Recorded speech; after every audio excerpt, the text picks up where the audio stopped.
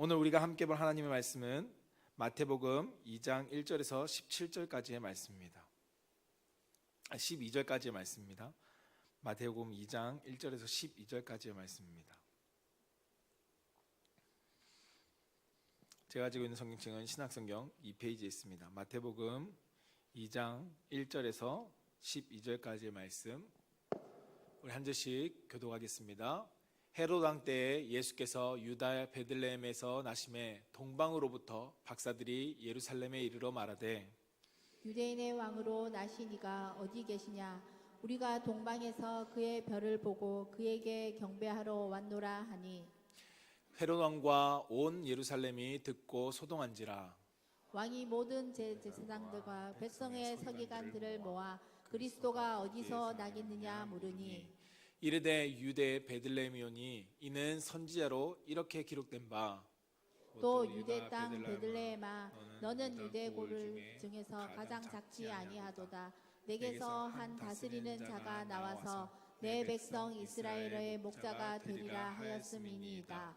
이에 헤롯이 가만히 박사를 불러 별이 나타난 때를 자세히 묻고 베들레헴으로 보내며 이르되, 가서 아기에 대하여 자세히 알아보고 찾거든 내게 고하여 나도 가서 그에게 경배하게 하라. 박사들이 왕의 말을 듣고 갈새 동방에서 보던 그 별이 문득 앞서 인도하여 가다가 아기 있는 곳 위에 머물러 서 있는지라. 그들이 별을 보고 매우 크게 기뻐하더라. 집에 들어가 아기와 그의 어머니 마리아가 함께 있는 것을 보고 엎드려 아기께 경배하고 보배압을 열어 황금과 유향과 모략을 예물로 드리니라. 그들은 꿈에 헤롯에게로 돌아가지 말라 지시하심을 받아 다른 길로 고국에 돌아가니라. 아멘. 오늘 우리가 함께 읽은 하나님 말씀은 마태복음 2장 1절에서 12절까지의 말씀을 가지고 한번 따라해 봅시다. 왕을 맞이하는 자세. 왕을 맞이하는 자세라는 말씀의 제목으로 선포되어질 때 여러분들의 자세가 우리의 왕 되신 예수 그리스도를 정말 영접할 수 있는 자세로 나아가는 성도가 되기를 주님의 이름으로 축복합니다. 저를 따라서 한번 고백해 봅시다. 하나님 사랑합니다. 하나님 감사합니다. 이 고백이 우리의 신앙의 고백이 되기를 축복합니다. 짧은 메시지로, 짧은 책의 이야기로 함께 시작하고자 합니다.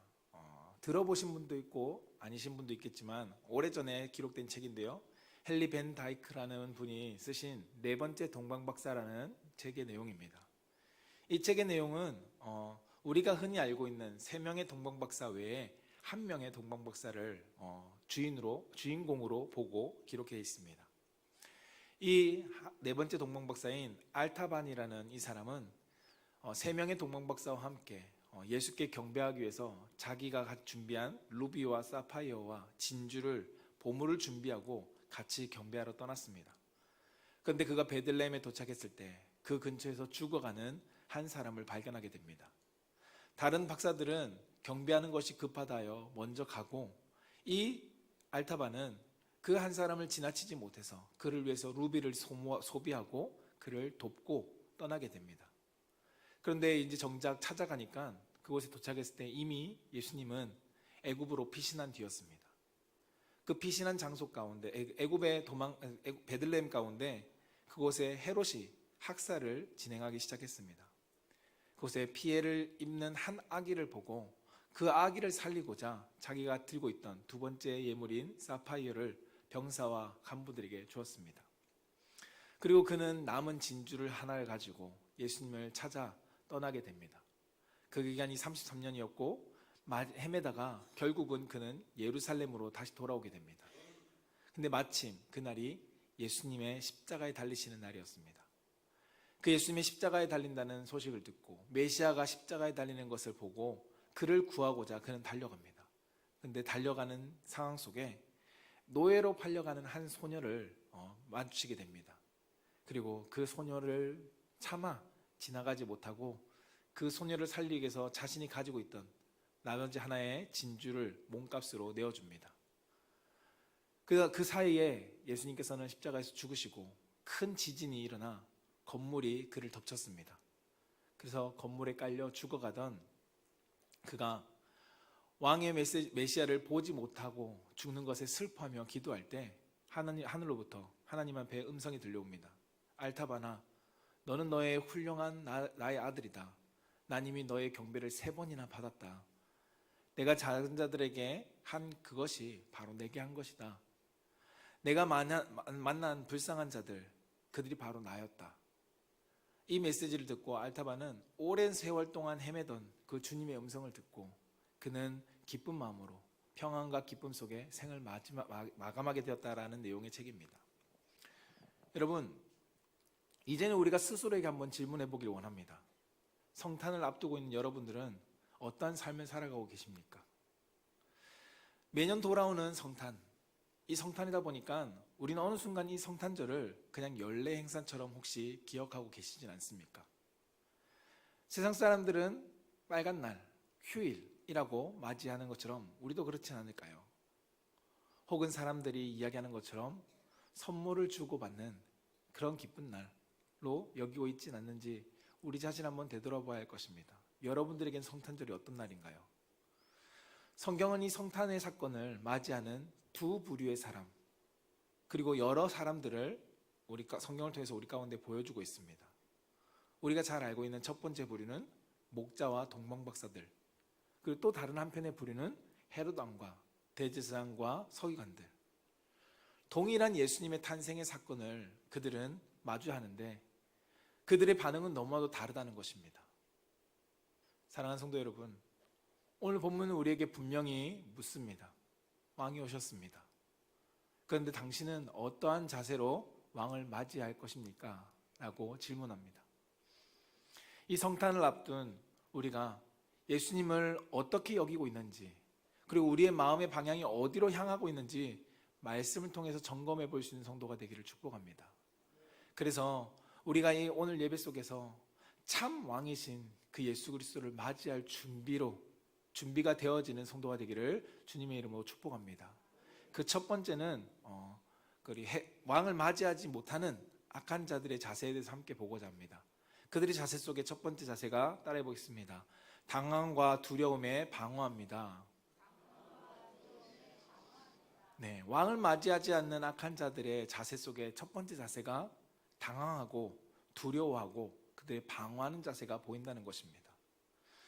사랑하는 성도 여러분, 오늘 본문의 성탄의 자리에 서 있는 사람들이 등장합니다. 그들의 모습은 참 선명하게도 성경은 보여주고 있습니다. 어떤 사람은 왕이 오셨다는 소식을 듣고 기뻐서 그곳으로 달려가는 것. 그러나 또 어떤 사람은 그 소식을 듣고 소동을 일으킵니다. 소동합니다. 이 소동에는 두려움과 분주함과 방어의 자세가 담겨 있습니다. 성경은 그 차이를 숨기지 않고 너무나도 자세하게 보여주고 있습니다. 오늘 본문 말씀 2절, 3절 말씀을 같이 한번 읽어볼까요? 시작. 헤롯 왕과 온 예루살렘이 듣고 소동한지라. 아멘. 헤롯 왕과 온 예루살렘이 듣고 뭐 했다고요? 소동했다라고 말합니다. 이 소동했다라는 단어, 왕이 오셨다는 소식을 들었는데 그들은 왜 소동했을까요?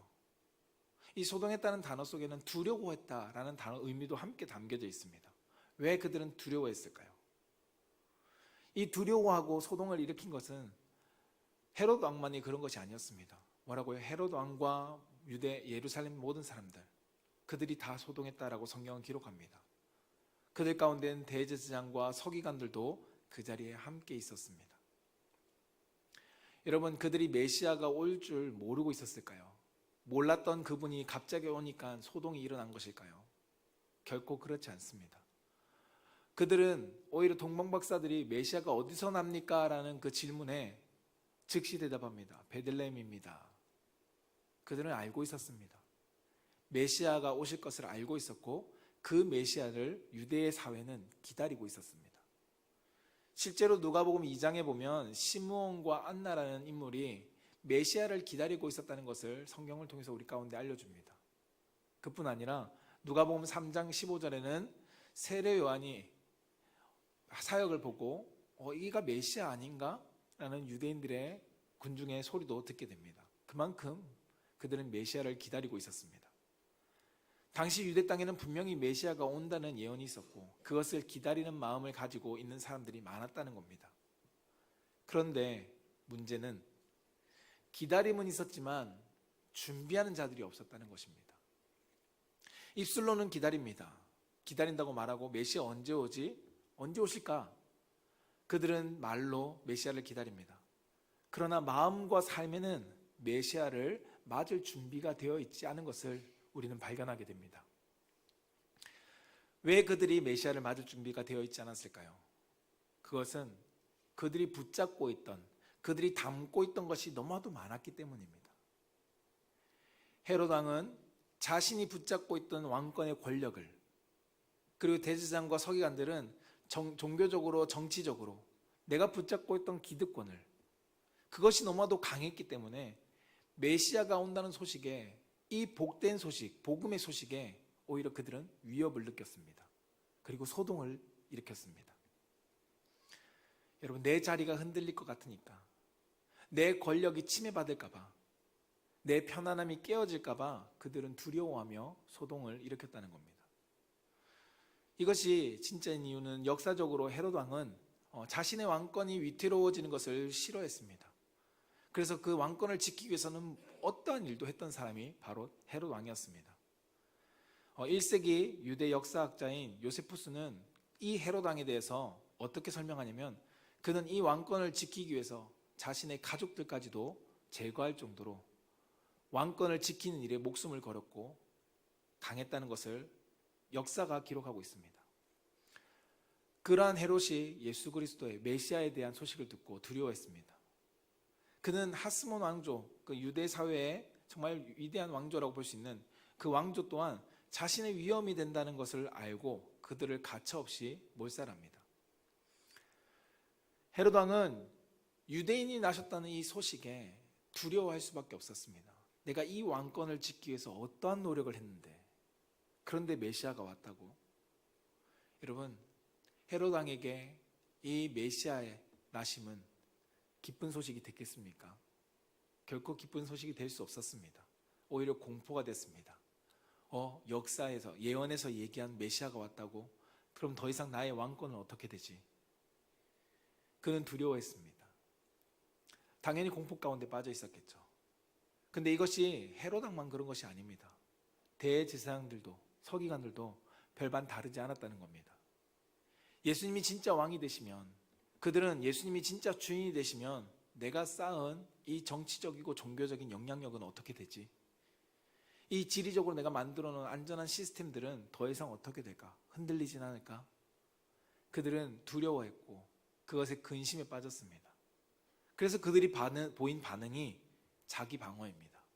스스로를 지키자. 자기 방어의 자세로 들어가게 됩니다.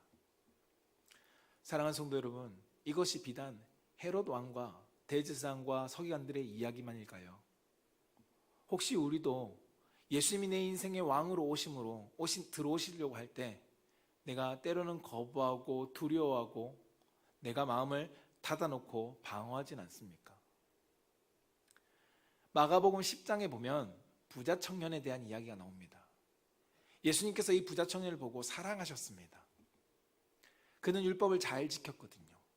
그리고 예수님께서 말씀하십니다. 그 부자 청년을 향해 와서 나를 따르라. 그런데 그 청년의 반응은 어떠했을까요? 근심하면서 갑니다. 한번 말씀을 볼까요? 마가복음 10장 21절에서 22절 말씀입니다. 함께 읽어보겠습니다. 시작. 예수께서 그를 보시고,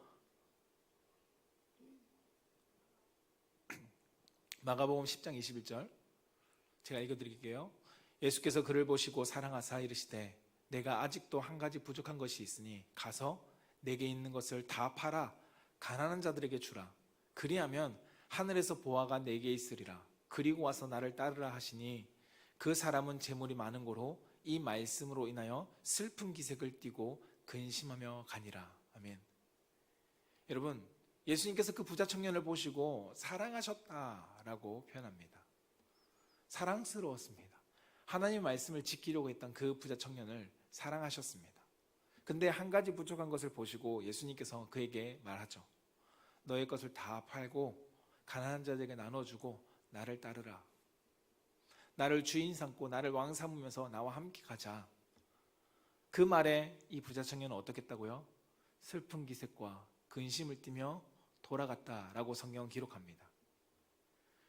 예수님을 따르는 길이 그 청년에게는 기쁨의 초대가 아니었습니다. 손해처럼 느껴졌습니다. 내 삶의 중심이 흔들리는 것 같고 내가 붙잡은 것이 내려놓아야 한다는 것이 너무나도 힘드는 숙제가 되어버렸습니다. 결국 그는 예수님 앞에서 슬픈 기색을 띠고 돌아갑니다. 예수님을 나의 왕으로 두지 않기를 결단한 것입니다. 여러분, 이것이 헤롯의 마음과 동일하게 연결할 수 있습니다.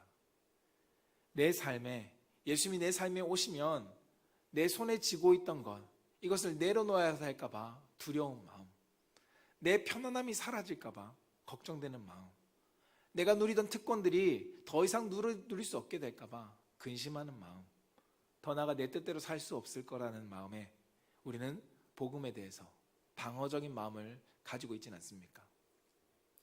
세상 사람들은 종종 이렇게 이야기합니다. 교회 왜 다녀?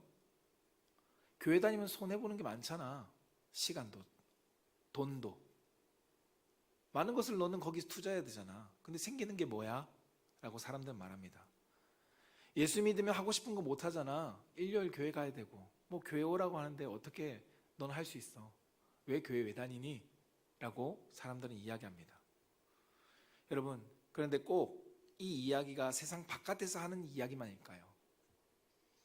교회 안에서도 예배를 드리는 우리 마음 안에 헤롯과 같이 대제사장과 같은 마음을 우리는 숨기고 있지는 않습니까?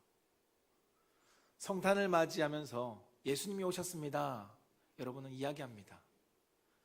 그런데 정작 예수님이 내 삶의 왕으로 오시는 것에 대한 부담감을 가지고 계시지는 않습니까? 예수님이 내 마음 가운데 왕으로 계시면서 그 말씀 따라 내가 살아가려고 하는 것이 부담되지는 않으십니까? 많은 성도들이 그리스도는 믿습니다. 예수님이 이 땅 가운데 오셨습니다. 예수님이 이 땅 가운데 메시아로 오셨습니다.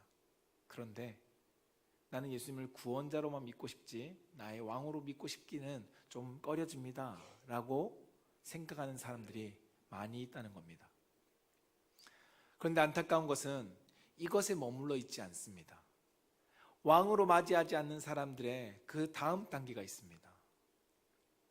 그 다음 단계는 단순한 두려움으로 끝나는 것이 아니라, 내가 방어하는 자세로 끝나는 것이 아니라 이 두려움 가운데 한 단계 나아가는 것이 무엇이냐면 따라해 보겠습니다. 위선 가운데 계략을 꾸밉니다. 네, 위선 가운데 계략을 꾸민다는 것입니다. 좀 말이 거칠지만 위선 가운데 계략을 꾸밉니다. 오늘 마태복음 2장 8절은 이렇게 말씀하죠. 같이 한번 읽어볼까요? 시작. 베들레헴으로 보내며 이르되 가서 아기에 대하여 자세히 알아보고 찾거든 내게 고하여 나도 가서 그에게 경배하게 하라. 아멘. 여러분, 이 말씀의 내용을 겉면으로만 한번 보십시오.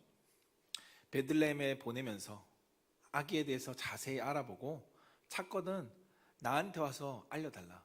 이유가 뭐라고요? 나도 그한테 가서 경배하게. 여러분, 겉모습만 보면 참 신앙적인 모습으로 보입니다. 나도 경배하겠다는데 난 좀 늦었지만, 너희들보다 좀 늦었지만 그래도 너희들이 보고 와서 나한테 알려주면 나도 그 왕에게 가서 경배할게. 그런데 이 말은 여러분 진실이 아니라는 것은 성경이 금방 우리 가운데 고발합니다. 진심의 마음은 어떨까요? 16절에 표현하고 있는데요. 같이 한번 읽어볼까요? 16절 시작. 이에 헤롯이 박사들에게 속은 줄 알고 심히 노하여 사람을 보내어 베들레헴과 그 모든 지경 안에 있는 사내 아이를 박사들에게 자세히 알아본 그때를 기준하여 2살부터 그 아래로 다 죽이니. 아멘. 여러분, 분명히 입술로는 헤롯은 뭐라고요? 경배하러 갈 거다 라고 말했습니다. 그러나 그는 뒤에서 꾸민 것이 무엇이죠? 살인의 계획을 꾸몄습니다. 앞에서는 거룩한 말을 했지만 뒤에서는 악한 계략을 꾸몄습니다.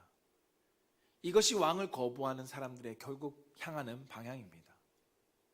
왕이 내 삶에 들어오지 못하게 하려면 겉으로는 잘 포장되어야 합니다. 겉으로는 좋은 사람, 겉으로는 신앙이 있는 모습들을 우린 유지해야 합니다. 그러나 속에서는 뭐라고요? 내 왕자를 지키기 위해서 위선이 생겨나고 계산하게 되고 계략을 꾸미게 됩니다. 이것이 헤로드 왕만 그런 것이 아닙니다. 대제사장들과 서기관들을 향해서도 예수님께서 이렇게 지적하십니다. 마태복음 23장 25절 같이 한번 읽어볼까요? 시작. 화 있을진저 외식하는 서기관들과 바리새인들이여 장과 대접의 겉은 깨끗이 하되 내 안에는 탐욕과 방탕으로 가득하는도다. 아멘. 여러분, 왕을 진짜로 왕으로 모시지 못하면 우리의 신앙은 이러한 모습으로 흐를 수밖에 없다는 겁니다. 헤롯처럼 계략을 꾸미게 되고, 그리고 대제사장들과 서기관 바리새인들을 향해서 예수님께서 지적한 것처럼 외식하는 자들, 겉은 깨끗한 것 같은데 그 속에는 탐욕과 방탕이 가득하다라는 지적을 피할 수 없다는 겁니다. 겉으로는 잘 드립니다. 경배 잘하고 예배 잘하죠. 거룩한 척 잘합니다. 믿음 있는 척 하지만 실제로는 내 삶의 중심이 뭐라고요? 오히려 방어적이게 되고, 더 심해지면 선한 척하는 그 뒤에 사람을 흔들고 충동하고 뒷말로 공동체를 해치고 자기의 뜻을 이루기 위한 계략을 꾸미는 사람으로서 자라갈 수 있다는 것을 성경 우리 가운데 가르칩니다. 헤롯은 분명히 이야기했습니다. 경배하겠다고. 그의 입술에서는 내가 경배할 거다 라고 말했습니다. 그러나 이렇게 말하면서 실제로는 무엇을 생각하고 있었다고요? 살인할 것을 생각하고 있었습니다. 사랑하는 성도 여러분, 저와 오늘 이 말씀 앞에서 우리 모두가 한번 정직하게 우리 스스로를 돌아볼 수 있어야 합니다. 나는 절대로 그런 사람이 아니다. 그렇게 장담할 수 있는 사람이 누가 있겠습니까? 여기 말씀을 전하고 있는 목사도 예외가 될 수 없습니다. 예수님은 내 삶의 왕으로 모시지 않으면 누구든지 내 안에 헤롯과 같은 마음을 가지게 됩니다. 그러나 오늘 말씀은 우리를 정죄하려고 하는 것이 아닙니다. 우리를 살리기 위해서 우리 가운데 주고 계신 말씀입니다. 우리 보고 성탄의 기쁨을 빼앗기지 말라고 하십니다. 진짜 왕을 맞이하도록 우리 가운데 안내해 주고 있는 것입니다. 우리는 마음의 방향을 돌려서 은혜의 경고로 우리는 나아갈 수 있어야 합니다. 여러분, 결코 성탄은 기념하는 것으로 멈춰서는 안 됩니다. 예수님을 나의 왕으로, 나의 주인으로 모셔야 합니다. 그때 비로소 성탄이 연례 행사가 아니라 내 삶을 바꾸는 하나님의 방문이 된다는 것입니다. 본문은 우리에게 두 번째 부류의 사람을 보여주고 있습니다. 첫 번째 부류의 사람이 이러한 사람이라면 두 번째 부류의 사람은 누구일까요? 우리가 잘 알고 있는 동방박사들입니다. 그들은 왕을 맞이하고, 그리고 왕이 맞이하는 자세가 무엇인지를 우리 가운데 가르쳐 줍니다. 그 두 번째 왕을 맞이하는 의인들의 자세, 첫 번째는 따라해 보겠습니다.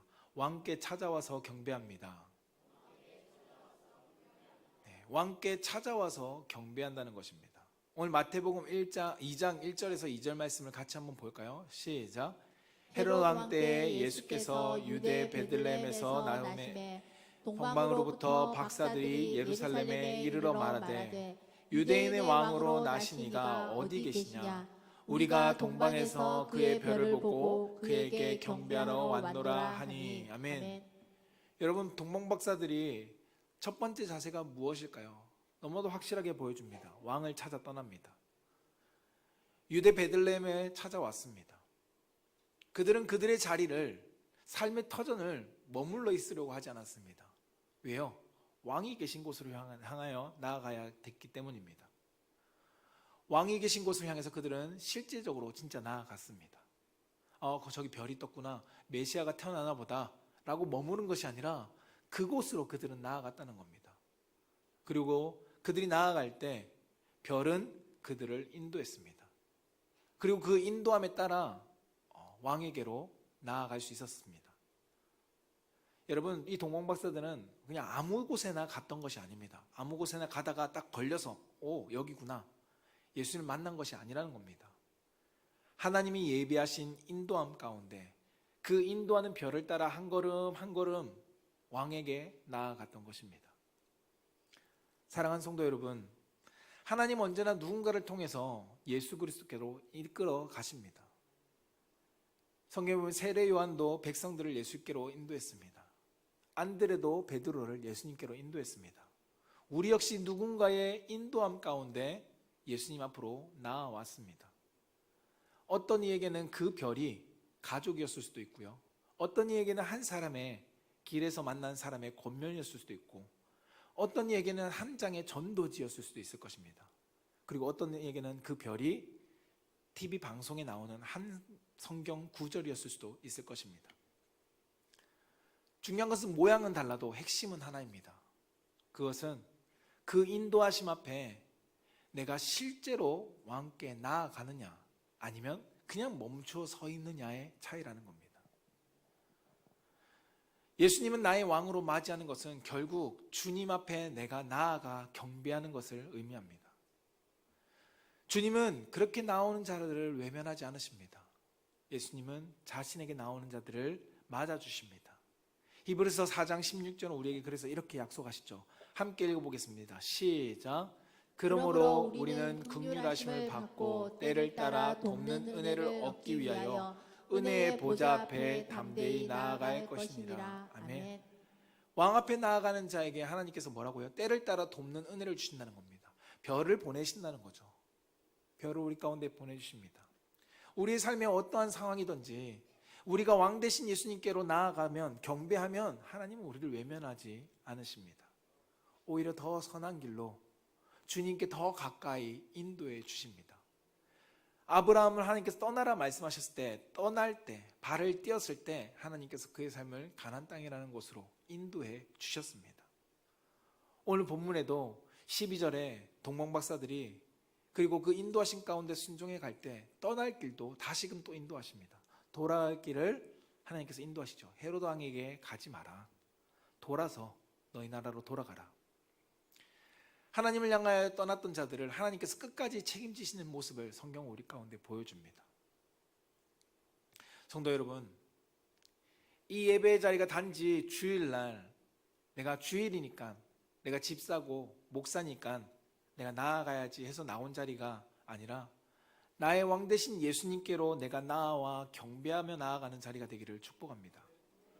성령님의 인도하심 가운데 주님 앞에 나아가 경배하면서 여러분 충만해지는 성령의 충만한 은혜, 세상 속에서 주님이 인도하시는 길, 그 길이 아니라 세상 속에서 복음으로 우리 가운데 인도하시는 그 길로 하나님 앞에 나아가시는 성도가 되기를 주님의 이름으로 축복합니다. 그런데 여러분, 동방박사가 나아가는 것으로 멈추지 않았다는 겁니다. 그들의 두 번째 자세가 있는데요, 그것이 무엇이냐면 따라해 보겠습니다. 기뻐하며 예물을 드렸습니다. 네, 그들은 하나님께 나아가는 것으로, 그냥 경배의 자리로 나아가는 것으로 끝내지 않았다는 겁니다. 어떻게 했다고요? 기뻐하면서 예물을 드렸습니다. 오늘 마태복음 2장 10절 11절을 함께 같이 읽어보겠습니다. 시작. 그들이 별을 보고 매우 크게 기뻐하고 기뻐하더라. 집에 들어가 아기와 그의 어머니 마리아가 함께 있는 것을 보고 엎드려 아기께 경배하고 보배압을 열어 황금과 유황과 모략을 예물로 드리니라. 아멘. 여러분, 왕이신 분을 경배하기 위해서 그들은 빈손으로 나오지 않았습니다. 자기들에게 있어서 귀한 것, 그것을 왕께 드리고자 나아갔습니다. 그리고 그것이 무엇인지 성경은 우리 가운데 말하죠. 황금과 유황과 모략. 근데 그것이 성경이 우리에게 알려준 메시지는 이런 귀한 물질을 드렸다라는 것이 아닙니다. 그들은 기뻐하며 드렸다는 것입니다. 전제 조건이 있었습니다. 기뻐함으로 드렸습니다. 여러분, 이 예물은 단순히 우리가 무엇인가를 드렸다는 것에 끝나지 않는다는 것을 우리는 기억해야 합니다. 왕을 맞이하는 예물은 억지로 드리는 것이 아닙니다. 기쁨으로 우리는 드릴 수 있어야 합니다. 기쁨으로 나아갈 수 있어야 한다는 것입니다. 하나님은 구약 성경에서도 당신의 백성들 가운데 하나님을 예배하러 하나님 앞에 나오는 이들에게 빈손으로 나오지 말라고 합니다. 그리고 형식적으로 드리지 말라고 합니다. 말라기서에 가면 형식적으로 드리는 그들을 너무나도 가증하게 여기시면서 내가 어떻게 하면 이들을 문을 닫을까라고 말씀하십니다. 하나님은 우리가 하나님을 향한 마음을 가지고 드리기를 원하십니다. 다윗도 그가 많은 예물을 드렸지만 그 가운데 하나님께서 기뻐하셨던 것은 그 물질의 많음이 아니라 그가 자원하면서 드린 기쁨이었다는 겁니다. 신약성경은 우리에게 그것을 더욱더 확실하게 말씀해 주죠. 예수님의 성경은 이렇게 말씀합니다. 로마서 12장 1절 말씀 같이 한번 읽어볼게요. 시작. 그러므로 형제들아 내가 하나님의 또 자비하심으로 너희를 권하노니 너희 몸을 하나님이 기뻐하시는 거룩한 산 제물로 드리라. 이는 너희가 드릴 영적 예배니라. 아멘. 여러분, 이 예물은, 하나님께 드린 예물은 단순히 물질이 아닙니다. 물질은 한 부분일 뿐인 거지. 하나님이 우리 가운데 원하신 예물은 뭐라고요? 우리의 몸과 마음입니다. 기쁨으로 감사함으로 드리는 우리의 마음, 우리의 모든 것을 의미하고 있습니다. 삶 전체가 주님께 드려질 예물이 될 수 있다고 성경은 우리 가운데 말씀합니다. 이것이 히브리서 13장 16절에는 또 이렇게 말씀합니다. 같이 한번 읽어볼까요? 시작. 오직 선을 행함과 서로 나누어 주기를 잊지 말라. 하나님은 이 같은 제사를 기뻐하시느니라. 아멘. 어떠한 제사요? 어떠한 제사라는 것은 예물을 드리는 건데, 어떠한 예물을 드리는 거요? 선을 행하는 것, 나눔하는 것, 순종하는 것, 감사하는 것, 찬양하는 것, 예배드리는 것, 이 모든 것이 왕께 드릴 수 있는 예물이 된다고 성경은 우리 가운데 알려주고 있습니다. 여러분, 결국 예물의 본질은 무엇일까요? 얼마가 아닙니다. 우리는 얼마나 드렸지? 라는 것을 가지고 예물의 본질을 따집니다. 그러나 성경은 우리에게 얼마가 아니라 누구에게 드렸느냐, 그리고 더 나아가 어떠한 마음으로 드렸느냐를 성경은 우리 가운데 묻습니다. 그래서 성경은 우리 가운데 중요한 걸 묻죠. 하나님은 우리가 예물을 억지로 드리기를 원하지 않는다는 겁니다. 이 예물은 여러분, 황금을 드려도, 시간을 드려도, 그리고 헌신을 드려도 기쁨과 감사로 드리지 않는다면 하나님께 올려드리는 참된 예물이 될 수 없습니다. 시간을 드렸지만, 내 삶의 헌신을 드렸지만 그것이 기쁨이 아닌 억지로 드린다면 결코 하나님 앞에 향기로운 예물이 될 수 없다는 겁니다. 왕 대신 주님을 맞이하는 백성이라면 억지로 드리는 예물이 아니라 기쁨으로 예물을 드리는 성도가 되기를 원합니다. 여러분, 예수님께서 성경에 보면 과부의 엽전 두 입을 너무나도 귀하게 여기셨습니다. 그것을 왜 귀하게 여기셨을까요? 액수가 커서요? 아니요. 얼마 되지 않는 돈입니다. 그러나 예수님께서 그걸 귀하게 여기신 이유는 그 여인이 믿음으로, 너무나도 기쁜 마음으로 나의 전부를 드렸기 때문에 예수님께서는 기뻐하셨습니다. 여러분, 왕 앞에 드려지는 예물은 계산이 아닙니다. 내가 오늘은 11조 몇백만 원 했어, 이 정도의 계산이 아니라는 겁니다. 하나님 앞에 드리는 예물은 사랑이 담겨 있느냐, 나의 기쁨이 담겨 있느냐, 그것을 원하십니다. 하물며 나에겐 현금의 물질이 없어서 빈 봉투를 드려도 그 봉투 안에 하나님을 향한 뜨거운 마음을 누구보다도 드렸다면 그 과부를 향해서 예수님께서 칭찬하는 것처럼 너무도 귀한 것이다 라고 말씀한다는 겁니다. 사랑하는 성도 여러분, 그러므로 저는 이 예배의 자리가 나 오늘 헌금 드렸어 로 끝나는 예배가 되지 않기를 원합니다. 나 오늘 예배 드렸어 로 끝나는 예배가 되지 않기를 원합니다.